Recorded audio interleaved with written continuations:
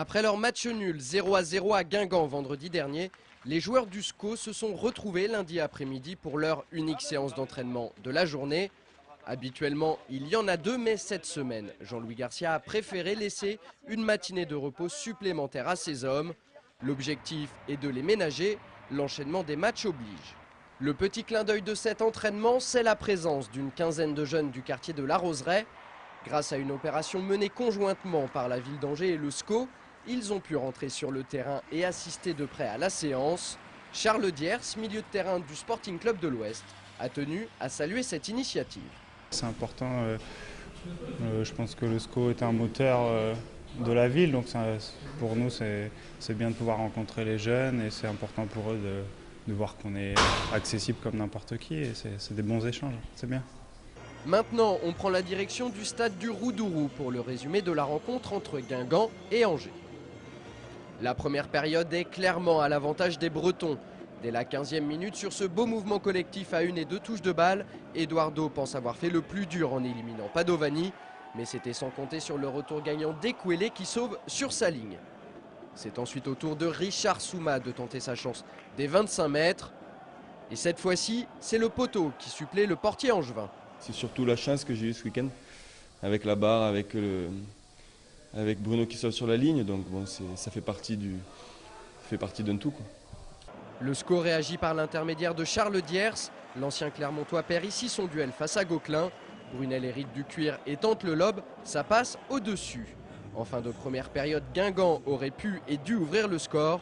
Heureusement pour Angers, Eduardo rate le coche. Je leur ai manifesté mon inquiétude. Si on ne réagissait pas en deuxième mi-temps, on ne pourrait pas tenir 90 minutes comme on avait vécu les 45 premières en concédant trois grosses occasions de but. Et sur la deuxième mi-temps, on en a très peu concédé. À la mi-temps, Jean-Louis Garcia remobilise ses troupes après une domination guingampaise. Son message a eu les effets escomptés, même si Angers aurait pu d'entrée de seconde mi-temps encaisser un but sur cette action guingampaise. Quelques instants plus tard, c'est au tour de Matisse puis de Seine de s'essayer des 20 mètres. En vain. La dernière occasion est à mettre au profit des Angevins. Le reste centre pour Rivière qui ne parvient pas à redresser sa frappe. Score final 0-0. Pour Angers, la série d'invincibilité continue.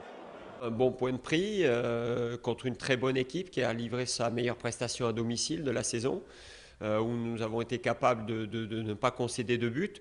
Parfois avec un petit peu de réussite quand même, une réussite qui nous fuyait il y a quelque temps, mais que l'on a su provoquer à nouveau grâce à notre état d'esprit et notre générosité, et tout en parvenant quand même à nous créer quelques situations très intéressantes qui auraient pu nous permettre, avec un brin de réalisme offensif, de pouvoir faire un plus gros résultat encore, mais nous nous contentons humblement de ce point contre une bonne équipe de Guingamp.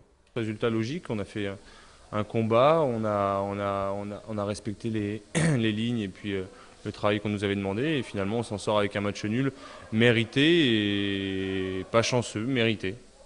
Après cette 5e rencontre sans défaite et sans encaisser le moindre but, Angers gagne une place au classement et se retrouve 8e avec 18 points.